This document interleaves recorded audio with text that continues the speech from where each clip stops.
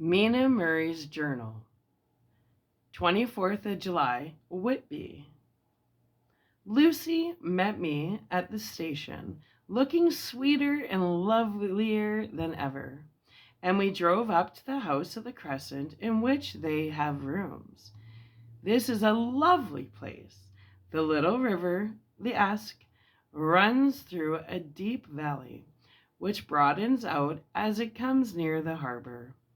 A great viaduct runs across with high piers, through which the view seems somehow farther away than it really is. The valley is beautifully green, and it is so steep that when you are on the high land on either side, you look right across it, unless you are near enough to see down. The houses look right across it, unless you are near enough to see down. The houses of the old town, the side away from us, are all red roofed and seemed piled up one over the other anyhow, like the pictures we see of Nuremberg. Right over the town is the ruin of Whitby Abbey, which was sacked by the Danes, and which is the scene of part of the Marmion, where the girl was built up in the wall. It is a most noble ruin of immense size and full of beautiful and romantic bits. There is a legend that a white lady is seen in one of the windows. Between it and the town there is another church, the parish one, round which is a big graveyard, all full of tombstones. That is, to my mind, the nicest spot in Whitby, for it lies right over the town and has a full view of the harbor and all up the bay to where the headland called Kettleness stretches out into the sea. It descends so steeply over the harbor that part of the bank has fallen away, and some of the graves have been destroyed. In one place, part of the stonework of the grave stretches out over the sandy pathway far below. There are walks with seats beside them through the churchyard, and people go and sit there all day long, looking at the beautiful view and enjoying the breeze. I shall come and sit here very often myself and work. Indeed, I am writing now with my book on my knee and listening to the talk of three old men who are sitting beside me. They seem to do nothing all day but sit up here and talk. The harbor lies below me, with, on the far side, one long granite wall stretching out into the sea, with a curve outwards at the end of it, in the middle of which is a lighthouse. A heavy seawall runs along outside of it. On the near side, the seawall makes an elbow crooked inversely, and its end too has a lighthouse. Between the two piers, there is a narrow opening into the harbor, which then suddenly widens. It is nice at high tide, but when the tide is out it shallows away to nothing.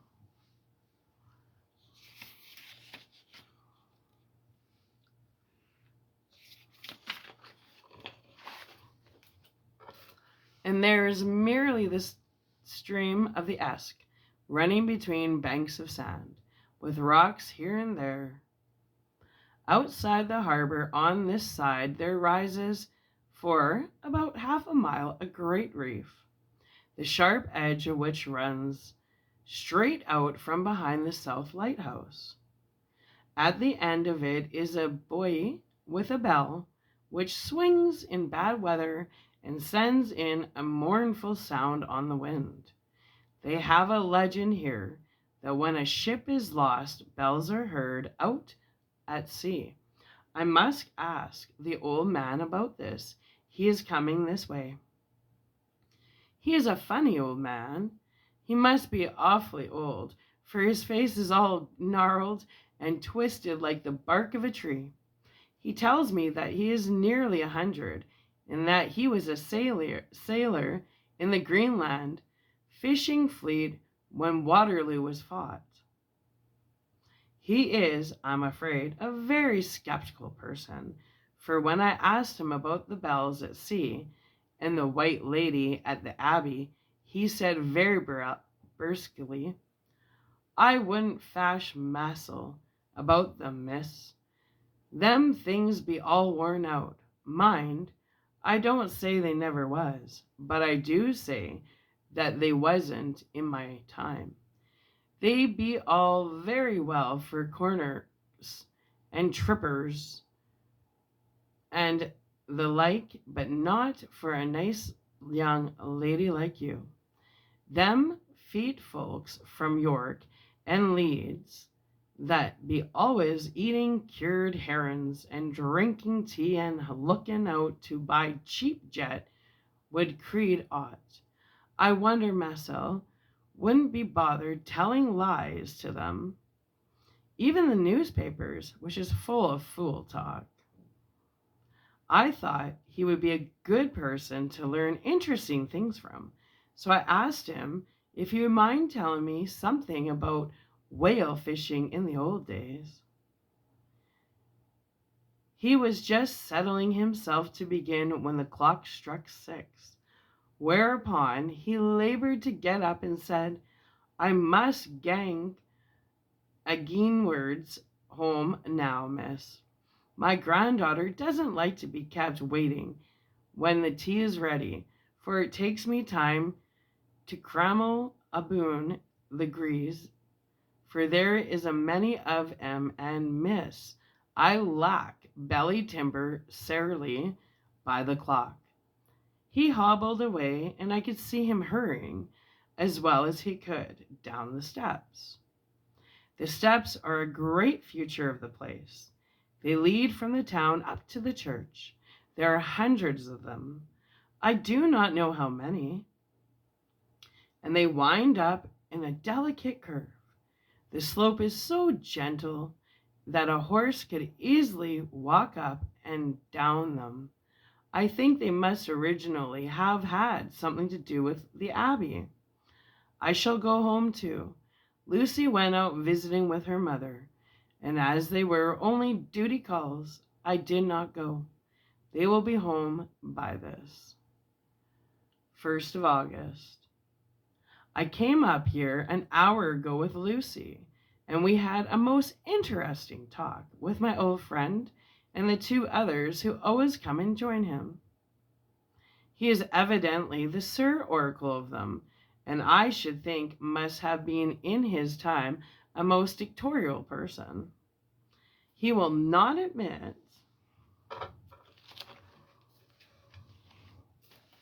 anything and downfaces everybody. If he can't out-argue them, he bullies them and then takes their silence for agreement with his views. Lucy was looking sweetly pretty in her white lawn frock.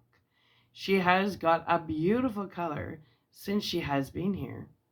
I noticed that the old man did not lose any time in coming up and sitting near her when we sat down. She is so sweet with old people. I think they all fell in love with her on the spot. Even my old man succumbed and did not contradict her, but he gave me double share instead. I got him on the subject of the legends, and he went off at once into a sort of sermon. I must try to remember it and put it down. It be all fool talk, lock, stock, and barrel. That's what it be, and note else. These bands and wafts and bogos and barguests and boggles and all anent them is only fit to set barons and dizzy women a belderin. They be nounced be airblubs. They and all grims and signs and warnings be all invented by parsons and ilsome Buick bodies and railway tutors to scare a scunner halflins and to get folks to do something that they don't other inclined to. It makes the earful to think o' them. Why is them that not content with printing lies on paper and preaching them out of the pulpits, does want to be cutting them on the tombstones? Look here all around you in what art you will. All them steens holding up their heads as well as they can out of their pride is a cant, simply tumbling down with the weight o' the lies wrote on them. Here lies the body, or sacred to the memory, wrote on all of them, and yet in nigh half of them there bean't no bodies at all, and the memories of them bean't cared a pinch of snuff about, much less sacred. Lies all of them, nothing but lies, of one kind or another. My gog, but it'll be a queer scouterment at the day of judgment, when they come tumbling up here in their death sarks, all juped together and trying to drag their tombsteins with them to prove how good they was. Some of them trimmelin' and ditherin' with their hands that doozled them, slippy from lying in the sea that they can't even keep their group o' them. I could see from the old fellow's self-satisfied air and the way in which he looked round for the approval of his cronies that he was showing off. So I put in a word to keep him going. Oh, Mr. Swales, you can't be serious. Surely these tombstones are not all wrong. Yablins, they may be a poorish few not wrong, savin' where they make out the people too good, for there be folk that do think a balm bowl be like the sea, if only it be their own. The whole thing is be only lies. Now look you here. You come here a stranger, and you see the Kirkgarth. I nodded, for I thought it better be assent, though I did not quite understand.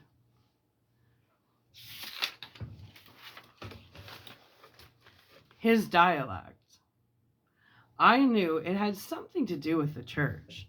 He went on, and you consate that all these steens be aboon folk that be happed here, snog and snog. I ascended again. Then that be just where the lie comes, back a box on Friday night. He nudged one of his companions, and they all laughed. And my gog, how could they be otherwise? Look at that one. The aftstead abaft, the beer bank read it. I went over and read. Edward Spacelaw, Master Mariner, murdered by pirates off the coast of Andres, April 1854. When I came back, Mr. Swales went on. Who brought him home? I wonder, to hap him here. Murdered off the coast of the Andres? And you constated his body lay under. Why, I could name yea a dozen whose bones lay in the Greenland seas above. He pointed northwards, or where the current may have drifted them. There be the steens around ye.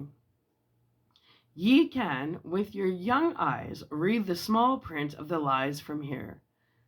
The Braithwaite Lowry. I knew his father, lost in the lively off Greenland in 20, Or Andrew Woodhouse, drowned in the same seas in 1777. Or John Paxton, drowned off Cape Farewell a year later. Or old John Rawlings, whose grandfather sailed with me, drowned in the Gulf of Finland in 50. Do ye think that all these men will have to make a rush to the Whitby when the trumpet sounds? I have me anthems aboot it.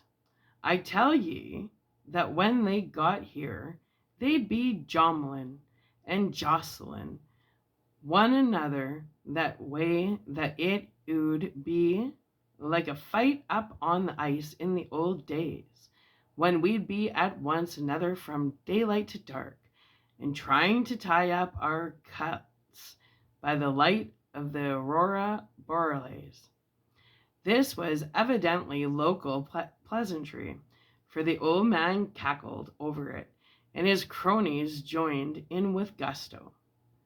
But, I said, surely you are not quite correct, for you start on the assumption that all the poor people or their spirits will have to take their tombstones with them on the day of judgment. Do you think that that will be really necessary? Well, what else be the tombstones for? And answer me that, miss. To please their relatives, I suppose? To please their relatives, you suppose. This, he said, was with intense scorn. How will it please their relatives to know that lies is wrote over them, and that everybody in the place knows that they be liars? He pointed to a stone at our feet which had been laid down as a slab, on which the seat was rested, close to the edge of the cliff. Read the lines on that Thruffstein, he said. The letters were upside down to me from where I sat, but Lucy was more opposite to them. So she leaned over and read, "Sacred to the memory of George Cannon, who died in the hope of a glorious resurrection on July the 29th of 1873, fallen from the rocks of Kettleness. His tomb is erected by his sorrowing mother to her dearly beloved Mr. Swales. I don't see anything very funny in that." She spoke her comment very gravely and somewhat severely. "Ye don't see aught funny? Ha ha! But that's because ye don't gum the sorrowing mother with a hell cat that hated him because he was askewed, a regular lametier he was, and he hated her so that he committed suicide in order that she mightn't get an insurance, so she put on his life. He blew nigh the top of his head off with an old musket that they had for scaring the crows with. 'Twarn't for crows then, it brought the clegs and the drops to him. That's the way he fell off the rocks. And as to hopes of a glorious resurrection, I've often heard him say, Messel, that he hoped he would go to hell, for his mother was so pious that she'd be sure to go to heaven. And he didn't want to addle where she was. Now, isn't that Steen at any rate?" He hammered it with his stick as he spoke. "A pack of lies. And won't it make Gabriel Keckle when Gordy comes panting up the grease with the tombstone balanced on his hump and asks it to be took as evidence?" I did not know what to say, but Lucy turned the conversation as she said, rising up, "Oh, why do you tell us of this? It is my favorite seat. I cannot leave it, and now I find I must go on sitting over the grave of a suicide. That won't harm ye, my pretty, and it may make poor Gordy gladsome to have so trim a lass sitting on his lap. That won't hurt ye. Why, I've sat here off and on for nigh 20 years past, and it hasn't done me no harm.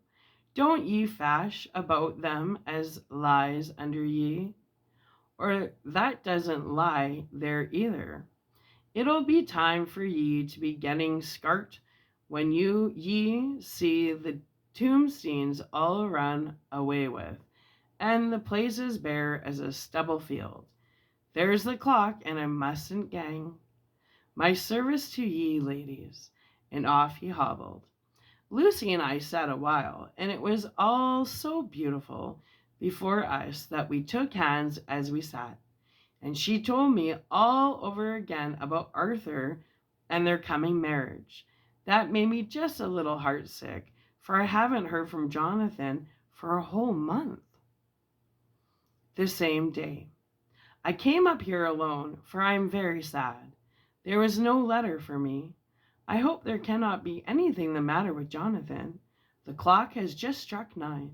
I see the lights scattered all over the town, sometimes in rows where the streets are, and sometimes singly. They run right up the Esk and die away in the curve of the valley. To my left, the view is cut off by a black line of roof of the old house next to the abbey.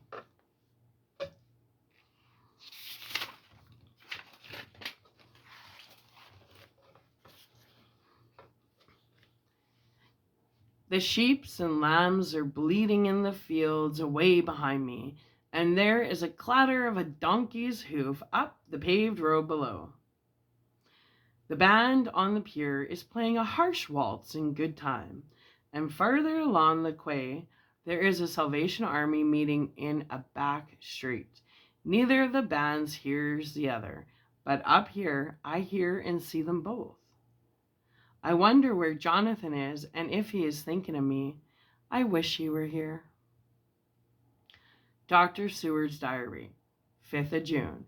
The case of Renfield grows more interesting the more I get to understand the man. He has certain qualities very largely developed: selfishness, secrecy, and purpose. I wish I could get at what is the object of the latter. He seems to have some settled scheme of his own, but what it is, I do not yet know. His redeeming quality is a love of animals, though, indeed, he has such curious turns in it that I sometimes imagine he is only abnormally cruel. His pets are of odd sorts. Just now, his hobby is catching flies. He has, at present, such a quantity that I have had myself to expostulate. To my astonishment, he did not break out into a fury, as I expected, but took the matter in simple seriousness. He thought for a moment, and then said, "May I have 3 days? I shall clear them away." "Of course," I said, "that would do. I must watch him." 18th of June. He has turned his mind now to spiders, and has got several very big fellows in a box. He keeps feeding them with his flies, and the number of the latter is becoming sensibly diminished, although he has used half his food in attracting more flies from outside to his room. 1st of July. He has turned his mind now to spiders. 1st of July. His spiders are now becoming as great a nuisance as his flies, and today I told him that he must get rid of them. He looked very sad at this, so I said that he must clear out some of them at all events. He cheerfully agreed in this, and I gave him the same time as before for reduction. He disgusted me much while with him, for when a horrid blowfly, bloated with some carrion food, buzzed into the room, he caught it, held it exultingly for a few moments before his fingers and thumb, and before I knew what he was going to do, put it in his mouth and ate it. I scolded him for it, but he argued quietly that it was very good and very wholesome, that it was life, strong life, and gave life to him. This gave me an idea, or the rudiment of one. I must watch how he gets rid of his spiders. He has evidently some deep problems in his mind, for he keeps a little notebook in which he is always jotting down something. Whole pages of it are filled with masses of figures, generally single numbers, added up in batches, and then the totals added in batches again, as though he were focusing some account, as the auditors put it. 8th of July. This is a method in his madness, and a rudimentary idea in my mind is growing. It will be a whole idea soon, and then, oh, unconscious celebration. You will have to give the wall to your conscious brother.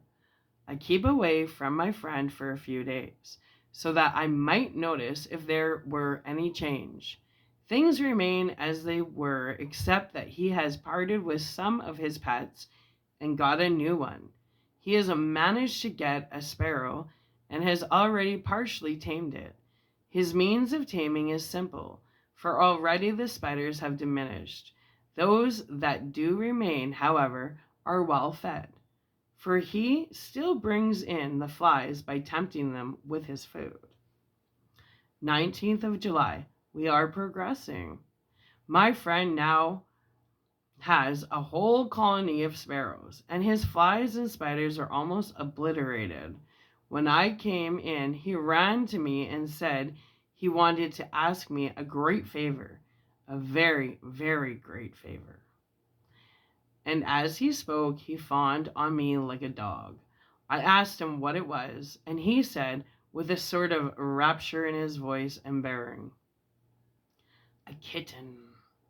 A nice little sleek, playful kitten that I can play with and teach and feed and feed and feed."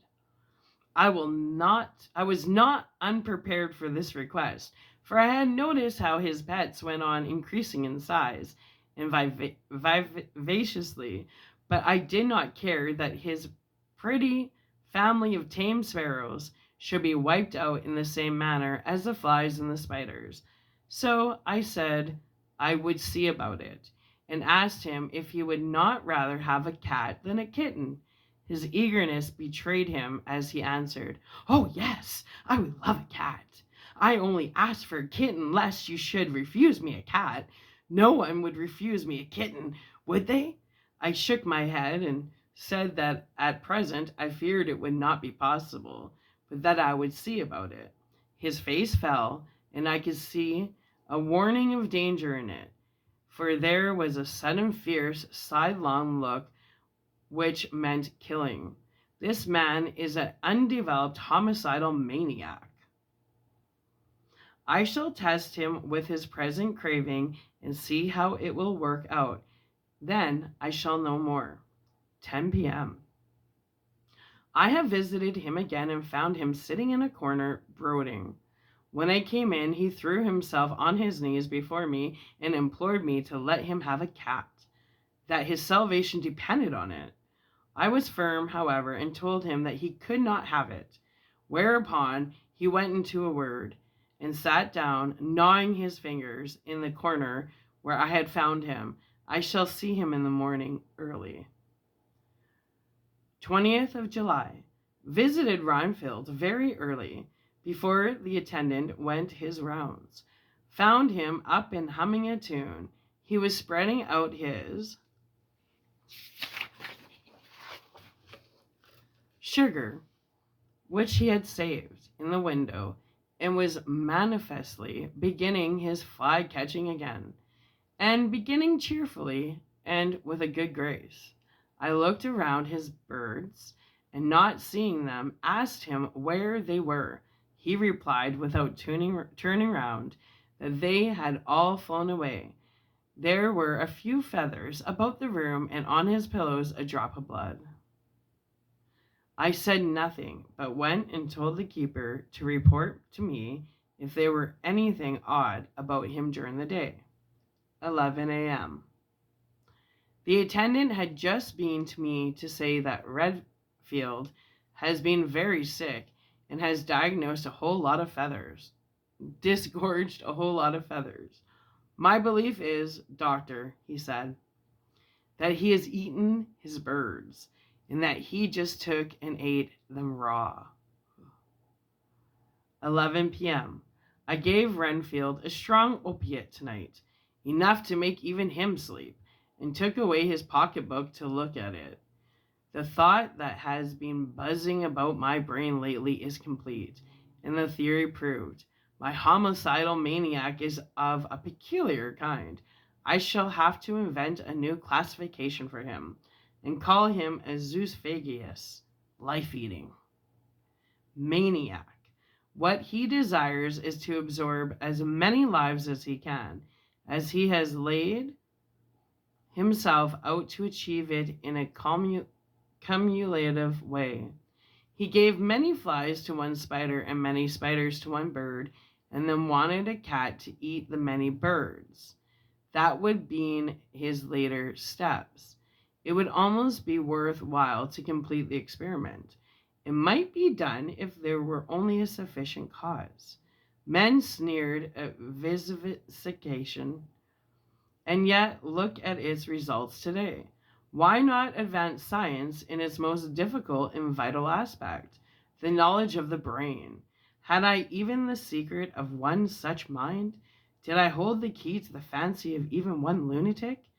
I might advance my own branch of science to pitch it compared with which Burden Sanderson's psychology of Ferrer's brain knowledge would be as nothing.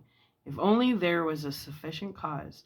I must not think too much of this, or I may be tempted. A good cause might turn the scale with me. For may not I too be an exceptional brain congenitally.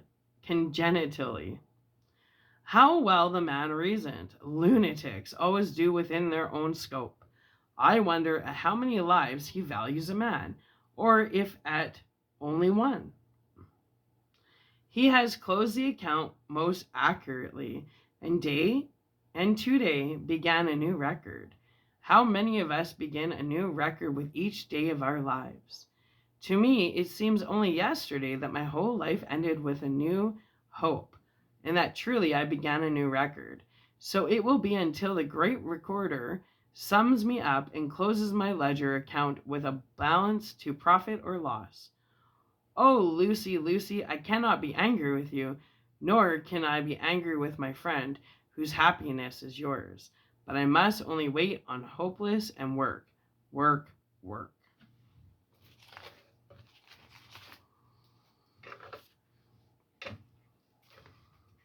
If only I could have as strong a cause as my poor mad friend there, a good, unselfish cause to make me work. That would be indeed happiness. Mina Murray's Journal, 26th of July. I am anxious, and it soothes me to express myself here. It is like whispering to oneself and listening at the same time. And there's also something about the shorthand symbols that makes it different from writing. I am unhappy about Lucy and about Jonathan. I had not heard from Jonathan for some time and was very concerned. But yesterday, dear Mr. Hawkins, who is always so kind, sent me a letter from him. I had written asking him if he had heard, and he said the enclosed had just been received. It is only a line dated from Castle Dracula, and says that he is just starting for home. That is not like Jonathan. I do not understand it, and it makes me uneasy. Then, too, Lucy, although she is so well, has lately taken her old habit of walking in her sleep. Her mother has spoken to me about it, and we have decided that I am to lock the door of our room every night. Mrs. Westernra has got an idea that sleepwalkers always go out on roofs of houses and along the edges of cliffs, and then get suddenly awakened and fall over with a despairing cry that echoes all over the place. Poor dear, she is naturally anxious about Lucy, and she tells me that her husband, Lucy's father, had the same habit, that he would get up in the night and dress himself and go out, if he were not stopped.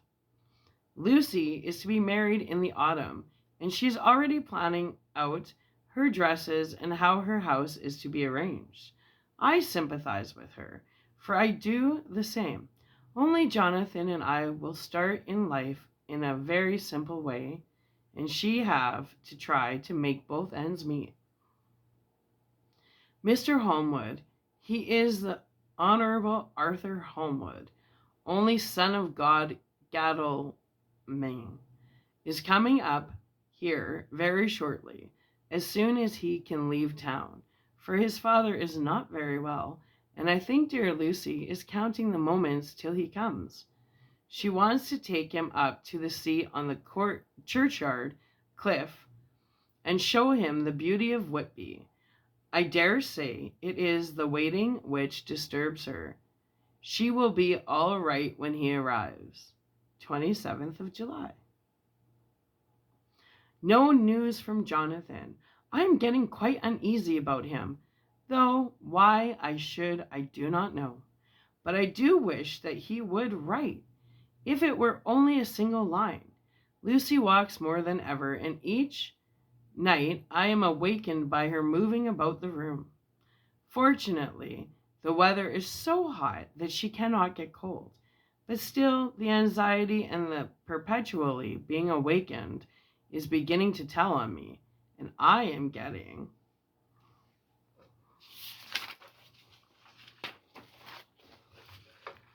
nervous and wakeful myself. Thank God, Lucy's health keeps up. Mr. Holmwood has been suddenly called to ring to see his father, who has been taken seriously ill. Lucy frets at the postponement of seeing him, but it does not touch her looks. She is a trifle stouter, and her cheeks are a lovely rose pink. She has lost that anemic look which she had. I pray it will all last. 3rd of August. Another week gone, and no news from Jonathan, not even to Mr. Hawkins, for whom I have heard. Oh, I do hope he is not ill. He surely would have written. I look at that last letter of his, but somehow it does not satisfy me. It does not read like him, and yet it is in his writing. There is no mistake of that. Lucy has not walked much in her sleep the last week, but there is an odd concentration about her which I do not understand. Even in her sleep, she seems to be watching me. She tries the door and, finding it locked, goes about the room searching for the key.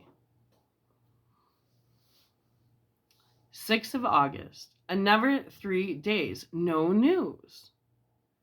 This suspense is getting dreadful. If I only knew where to write to or where to go to, I should feel easier. But no one has heard a word of Jonathan since that last letter. I must only pray to God for patience. Lucy is more excitable than ever, but is otherwise well. Last night was very threatening, and the fishermen say that we are in for a storm. I must try to watch it and learn the weather signs. Today is a gray day, and the sun, as I write, is hidden in thick clouds, high over Kettleness. Everything is gray except the gray grass, which seems like emerald amongst it, gray earthly rock, gray clouds tinged with the sunburst at the far edge, hang over the gray sea, into which the sand points stretch like gray fingers. The sea is tumbling in over the shallows and the sandy flats with a roar, muffled in the sea mist drifting inland. The horizon is lost in a gray mist, all in vastness. The clouds are piled up like giant rocks, and there is a brool over the sea that sounds like some presage of doom. Dark figures are on the beach here and there, sometimes half shrouded in the mist, and seem men like trees walking. The fisher boats are racing for home, and rise and dip in the ground, swell as they sweep into the harbor, bending to the scuppers. Here comes old Mr. Swales. He is making straight for me, and I can see by the way he lifts his hat that he wants to talk. I have been quite touched by the change in the poor old man. When he sat down beside me, he said in a very gentle way, "I want to say something to you, miss." I could see he was not at ease, so I took his poor old wrinkled hand in mine and asked him to speak fully. So he said, leaving his hand in mine, "I'm afraid, my dear, that I must have shocked you by all that wicked things I've been saying about the dead and such like for weeks past. But I didn't mean them, and I want ye to remember that when I've gone. And odd folks that be daffled, and with one foot abaft the crock hool, don't altogether like to think of it, and we don't want to feel scart of it. And that's why I've took to making light of it, so that I'd cheer up my own heart a bit. But Lord love ye, miss, I ain't afraid of dying, not a bit. Only I don't want to die if I can help it. My time here may nigh at hand now, for I be odd, and 100 years is too much for any man to expect, and I'm so nigh it that the odd man is already wheating his scythe. Ye see, I can't get out the habit of caffin about it all at once. The chaffs will wag as they be used to. Some day soon the angel of death will sound his trumpet for me. But don't ye dwell and greet my dear ye. For he saw that I was crying. If he should come this very night, I do not refuse to answer his call, for life be, after all, only a waiting for something else, that what we're doing, and death be all that we can rightly depend on. But I'm content, for it's coming to me, my dearie, and coming quick. It may be coming while we be looking and wondering. Maybe it's in that wind out over the sea that's bringing with it loss and wreck and sore distress and sad hearts. Look, look, he cried suddenly. There's something in that wind and in the host beyond that sound, and looks and tastes and smells like death. It's in the air. I feel it coming. Lord, make me answer cheerful when my call comes. He held up his arms devoutly and raised his hat. His mouth moved as though he were praying. After a few minutes' silence, he got up, shook hands with me, and blessed me and said goodbye, and hobbled off. It all touched me and upset me very much. I was glad when the Coast Guard came along, with his spy glass under his arm. He stopped to talk with me, as he always does, but all the time kept looking at a strange ship. "I can't make her out," he said. "She's a Russian, by the look of her, but she's knocking about in the queerest way. She doesn't know her mind a bit. She seems to see the storm coming, but can't decide whether to run up north in the open or to put up in here. Look there again. She is steered might strangely, for she doesn't mind, and the hand on the wheel changes about with every puff of wind. We'll hear more of her before this time tomorrow.